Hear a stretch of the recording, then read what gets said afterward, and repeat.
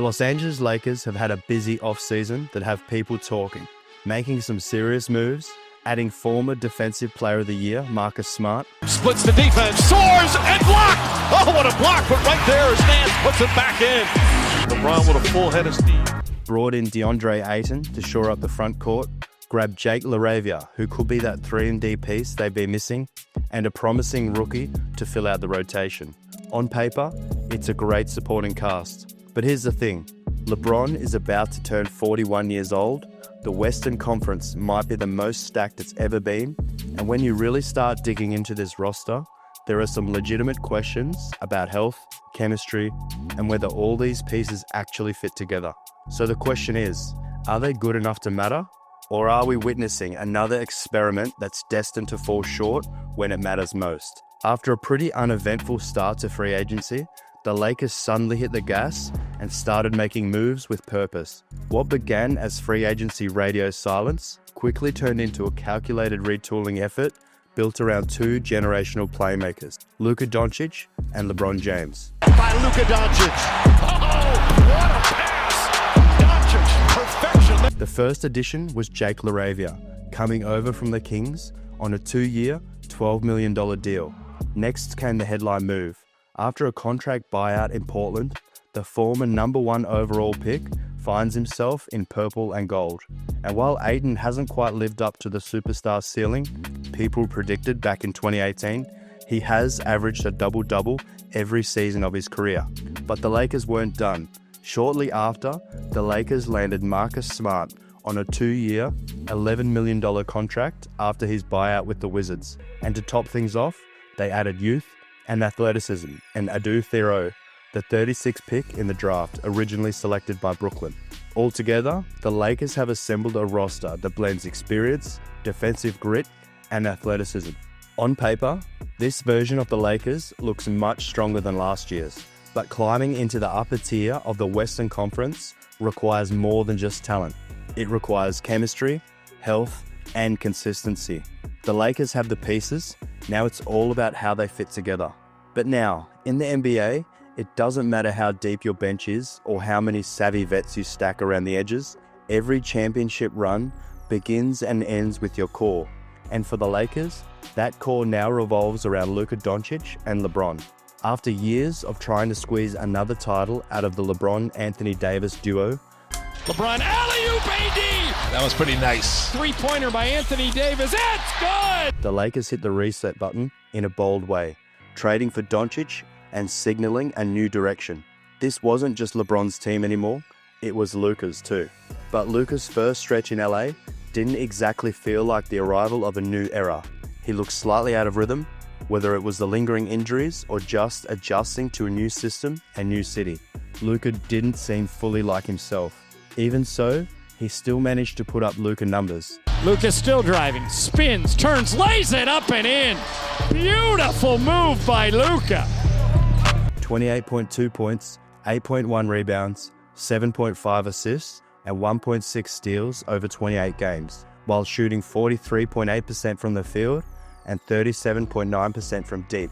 That's a down year by his standards. That said, the Lakers' season ended abruptly, losing in 5 games to a surging Timberwolves squad in the first round. But that series exposed more than just a roster that needed upgrades. It showed that Luka wasn't quite at peak form. By Game 5, he looked worn down, heavy-legged, and clearly not in the kind of shape that wins titles. The criticisms that followed weren't new. The same questions that chased him in Dallas, his conditioning, his focus, and his leadership, found their way into the LA headlines. At his peak, Luka Doncic is a top 3 player in the NBA, not just a star, a system unto himself, a player who can carry a franchise into the postseason without blinking. And the Lakers are fully aware of what they have. They've built their future around the belief that Doncic isn't just a talent, he's a turning point. Luka knows it too, and that's what makes this offseason so different. For the first time in his career, Doncic has flipped the script. His focus hasn't been on tweaking his handle or refining his step back, it's been on reshaping his body.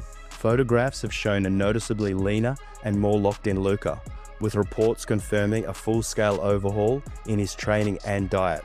He's also ramped up his cardio, long-distance runs, interval training, and high-intensity conditioning. The physical transformation is no longer speculation, it's visible. Luka now looks sharper, lighter, and more agile than ever. And for a player whose game has always thrived on rhythm, pace, and control, dropping weight could unlock an entirely new level offensively and especially on the defensive end, where mobility and endurance have often been his weakest spots. The Lakers have retooled around him. The pieces are coming together, but the biggest development isn't a roster addition, it's Luka himself. If this new version of Doncic is here to stay, the rest of the league is officially on notice. But this Lakers team isn't just about Luka, because standing right beside him is the king himself. LeBron James may be 40 years old, but he's still one of the best players in the league. This past season, he earned all NBA honors again, and at 40, that's more than just impressive. It's unprecedented. In year 22, he put up 24.4 points, 7.8 rebounds, and 8.2 assists per game. The numbers say it all. He's still the anchor, both in production and leadership. But no matter how much LeBron has defied Father Time, he's still 40, turning 41 this season. The slowdown has already begun, not in dramatic ways, but in the margins. The transition defense used to be effortless. The stretches of takeover mode that used to last quarters now come in bursts. It's not about whether decline is coming, it's already here, and it's natural. With LeBron in year 23 and Luka entering his prime, the balance of power is clearly shifting. LeBron is no longer carrying the load alone, but the team still relies on him to show up, to lead, to produce. And while any team built around Luka and LeBron has the firepower to beat anyone on any given night, the playoffs are all about endurance. 4 series, 4 wins in 7 games, that's the grind. And for a 41-year-old LeBron on a team that still needs him to produce every night, that's the true test. Not the highlight plays or the stat lines, but the ability to do it over and over again, deep into May and June. Still, as long as Luka and LeBron are together, the Lakers will remain in the championship conversation. And for now, that's more than enough to keep Los Angeles in the hunt.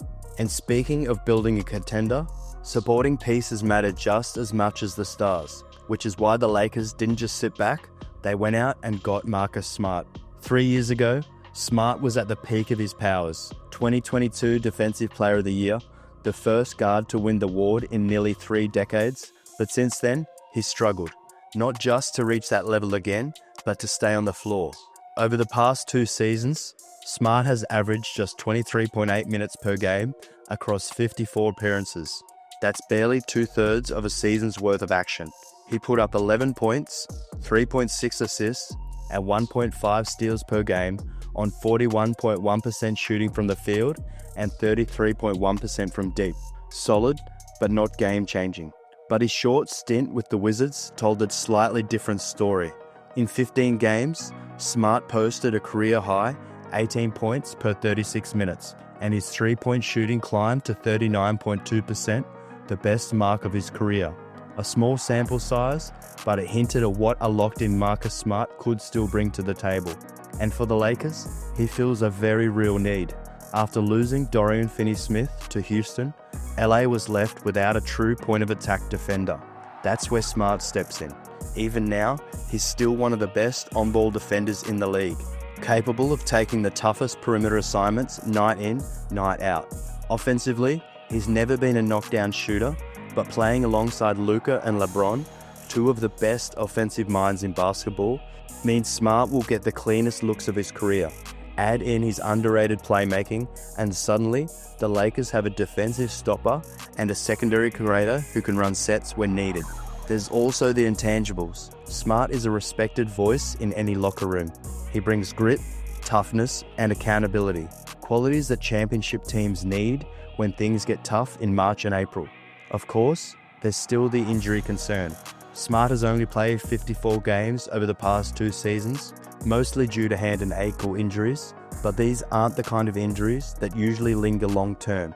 If he's healthy, and all signs point to him entering the season with a clean bill, this could be a steal for the Lakers. But while bringing in Marcus Smart gave the Lakers the backcourt defensive stopper they desperately needed, the front court still had a glaring hole.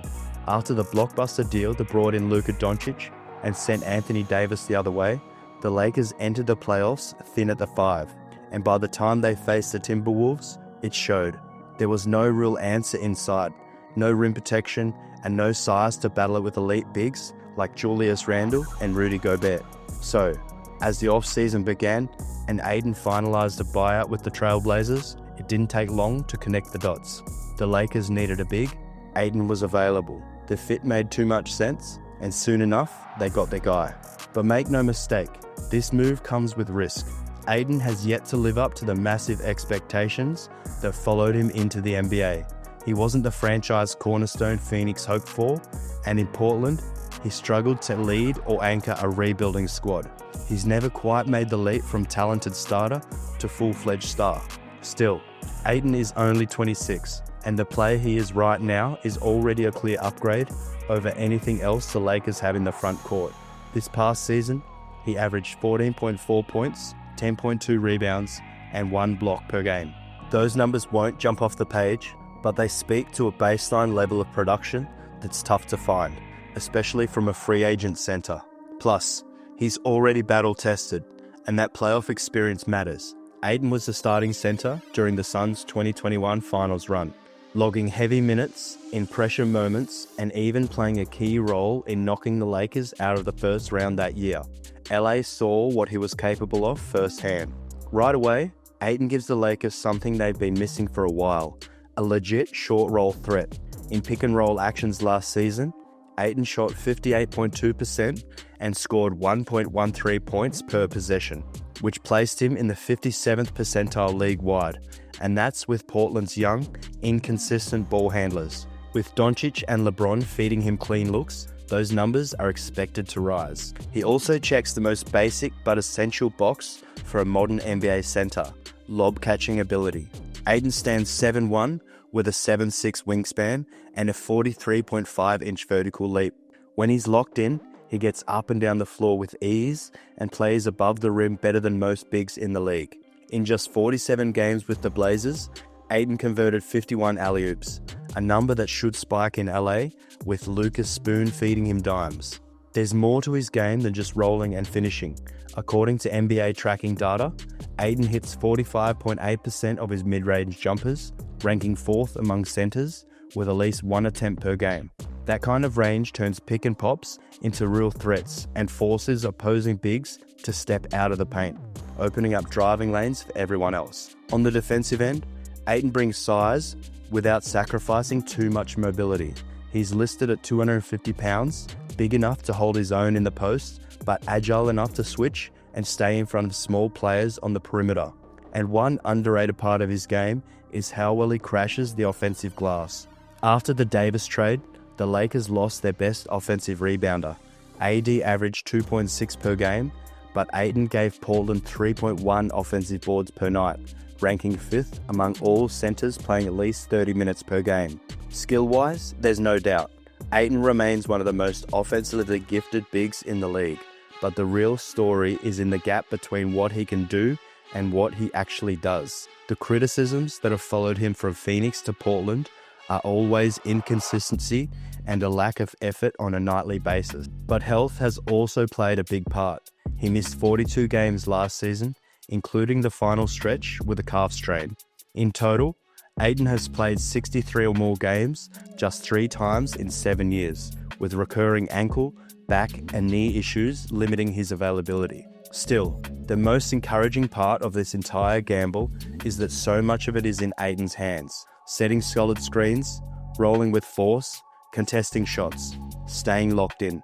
These are effort plays, not talent plays. Everyone knows he has the tools.